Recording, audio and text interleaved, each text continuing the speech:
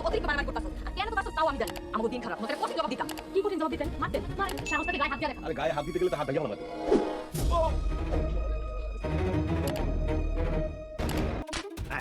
ঠিক আছে ভাই, কেমন দিছেন?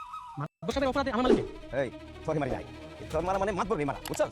এরপর আমার পিছনে যে লাগবো তার যারে পাবো তার কালি পয়সা থাপ্পড় মারবো। লতি চল। তুমি তো আমার কাজ করলে না।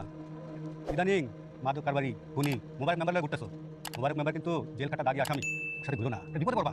আমার বিপদ নিয়ে আপনার হতেও কি সালাউদ্দিন মাতবর কি কয়? না কিছু না, কুশল বিনিময়। আরে রাখেন আপনি মাতবর, আপনার মাতবর আপনার বিচার এই গ্রাম কেউ মানে না, তাই সামসানিয়া নিজের ঢোল নিজেই পিটাইতেছেন না। সালাউদ্দিন মাতবর তোমার উল্টাপাল্টা কিছু কইছে? জি ভাই, উনি কইতাছে আপনার লগে ভুলে নাকি আমি বিপদে পড়বো, আরো অনেক কিছু কইছে। তাই বুঝি এই মাতবর সাহেব আপনি আমার পিছনে পিছনে কথা কইবেন কেন? হ্যাঁ মতলবটা কি? মাতবর সাহেব আপনি মুরব্বি মানুষ, আপনার কিছু বলবেন না? স্যার ওই সামসান কালি পয়সা দিয়ে শোন আমার ভাই এক লগে দুইটা মানুষ। এটা কেমনে? হ্যাঁ ঠিক আছে। আমার ভাই কেমন দিছেন? মাতবর সাথে অপরাধে আমার মালিক।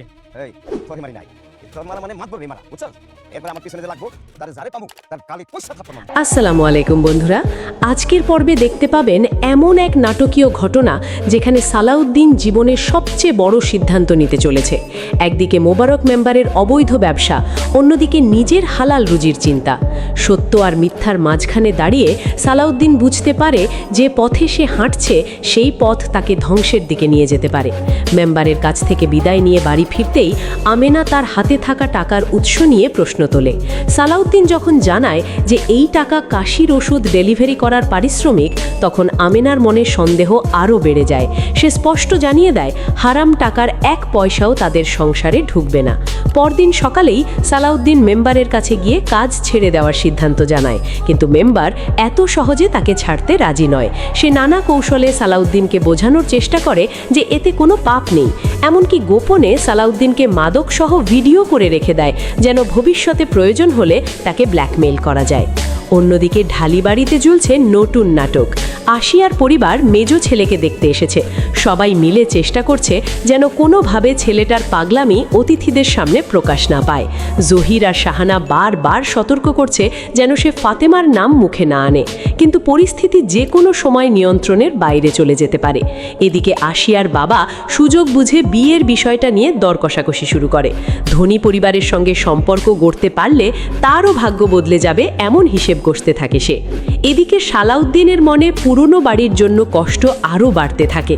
নিজের বাবার বাড়ির গরুগুলোর দিকে তাকিয়ে তার বুকটা হু হু করে ওঠে। যেসব গরুকে সে নিজের সন্তানের মতো লালন পালন করেছে, আজ সেগুলোর কাছেও যেন সে পর হয়ে গেছে। শাশুড়ি তাকে বুঝিয়ে বাড়ি ফিরিয়ে দিলেও চোখের পানি লুকাতে পারে না সালাউদ্দিন। তখনই আমেনা তাকে সাহস দেয়, বলে মানুষের সম্মান বড় বাড়িতে না, বড় মনের মধ্যে থাকে। একদিন আল্লাহ চাইলে তাদেরও ভালো দিন আসবে। কিন্তু সুখের সেই স্বপ্নের মাঝেই শুরু হয় নতুন অপমান। শাহানা আর জহির আগেভাগেই বড় ভাইয়ের ঘরে নিজেদের জিনিসপত্র এনে রাখতে শুরু করে, যেন সালাউদ্দিনের পরিবার বাড়ি ছাড়ার আগেই তারা পুরো বাড়ির মালিক হয়ে গেছে। আমেনা প্রতিবাদ করলে উল্টো তাকে অপমান করা হয়। জহির গায়ের জোর দেখিয়ে জানিয়ে দেয় এই বাড়ি এখন তাদের।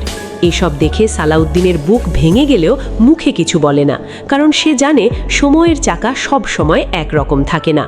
ঠিক তখনই মোবারক মেম্বার সালাউদ্দিনকে নিজের পুরনো বাড়ির চাবি দিয়ে দেয়।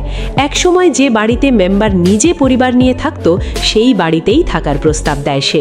বাড়িটা দেখে সালাউদ্দিনের চোখ ভিজে ওঠে। রাজপ্রাসাদের মতো না হলেও নিজের মাথা গোজার একটা ঠাঁই তো পাওয়া গেছে। সে সিজদায় পড়ে আল্লাহর কাছে শুকরিয়া আদায় করে। আর আমেনাও মনে মনে প্রতিজ্ঞা করে যত কষ্টই আসুক স্বামীর হাত ছেড়ে কখনো যাবে না। কিন্তু বিপদ এখনও শেষ হয়নি। মোবারক মেম্বারের বিরুদ্ধে গ্রানের মাতবর কথা বলা শুরু করেছে, আর মেম্বারও নিজের ক্ষমতা দেখাতে মরিয়া।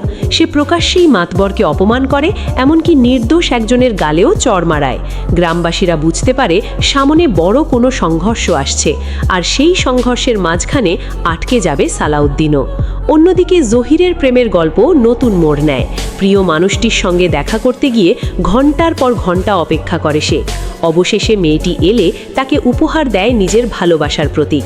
কিন্তু এই ভালোবাসার পেছনেও লুকিয়ে আছে অনেক রহস্য, যা ভবিষ্যতে সবাইকে অবাক করে দেবে। সালাউদ্দিন কি সত্যিই হালাল পথে থেকে নতুন জীবন শুরু করতে পারবে? মোবারক মেম্বার কি তাকে এত সহজে ছেড়ে দেবে? ঢালি বাড়ির সম্পত্তি নিয়ে শাহানা আর জহিরের ষড়যন্ত্র কোথায় গিয়ে থামবে? আর আশিয়ার বিয়ে কি শেষ পর্যন্ত হবে? এসব প্রশ্নের উত্তর জানতে পরের পর্ব দেখতে অবশ্যই সঙ্গে থাকুন। ভিডিওটি ভালো লাগলে লাইক, কমেন্ট আর সাবস্ক্রাইব করতে ভুলবেন না।